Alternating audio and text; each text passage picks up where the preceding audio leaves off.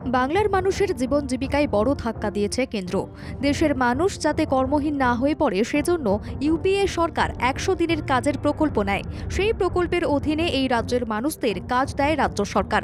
কিন্তু ২০২১-এর বিধানসভা ভোটের পর কেন্দ্রের বিজেপি সরকার বাংলার টাকা আটকে রাখে বলে অভিযোগ ওঠে।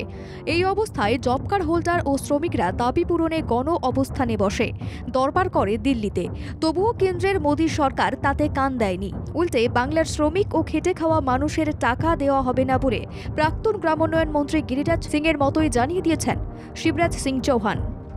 বাংলার ৫৯ লক্ষ শ্রমিককে ৩ বছর বকেয়া মেটায়নি কেন্দ্রের সরকার। ১০০ দিনের কাজের প্রকল্পে কেন্দ্রের থেকে ৮,০০০ কোটি টাকারও বেশি পায় বাংলার সরকার।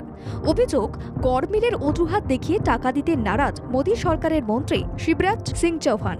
এর মাঝে অর্থমন্ত্রী নির্মলা সীতারামন সংসদে দাবি করেন রাজ্যকে টাকা দেওয়া হয়েছে ১০০ দিনের কাজের প্রকল্পে। সেই দাবি খারিজ হয়ে যায় কেন্দ্রীয় গ্রামোন্নয়ন প্রতিমন্ত্রী কমলেশ পাসওয়ানের বক্তব্যে। এবার রাজ্যসভার তথ্যের মাধ্যমে সেই বঞ্চনার অভিযোগ আরও জোরদার হল। কারণ এই তথ্যে বোঝা যাচ্ছে ২০২৩-২৪ অর্থবর্ষে রাজ্যকে ১০০ দিনের কাজ বাবদ কেন্দ্রের তরফে দেওয়া অর্থের পরিমাণ শূন্য। কোনো টাকাই যে কেন্দ্র রাজ্যকে বরাদ্দ করেনি তা পরিষ্কার বলে সোচ্চার হয়েছেন ডেরেক ওব্রায়েন। এক্স হ্যান্ডেলে রাজ্যসভায় সরকারের দেওয়া একটি পরিসংখ্যান তুলে ধরেছেন। তাতে দেখা যাচ্ছে ২০২২-২৩ অর্থবর্ষে ১০০ দিনের কাজ বাবদ বাংলাকে দেওয়া হয়েছে মাত্র ১,৬১৮ কোটি টাকা। আর ২০২৩-২৪ অর্থবর্ষে সেই বরাদ্দের অঙ্কটা পুরোপুরি শূন্য। ডেরেকের মতে কেন্দ্র যে বাংলাকে বঞ্চনা করছে এই পরিসংখ্যান তার প্রমাণ দেয়। তাই আগামী দিনে কর্মসংস্থানমূলক প্রকল্প নিয়ে কেন্দ্র বিরোধী আক্রমণের ধার যে তৃণমূল সাংসদরা বাড়াতে চান তাও এক প্রকার নিশ্চিত।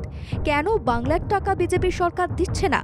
কেন আমরা ওরা রাজনৈতিক সংস্কৃতি উন্নয়ন থেকে কর্মনিশ্চয়তার প্রকল্পের ছায়া ফেলছে তা নিয়ে সংসদে ঝড় তুলতে চায় তৃণমূল কংগ্রেস।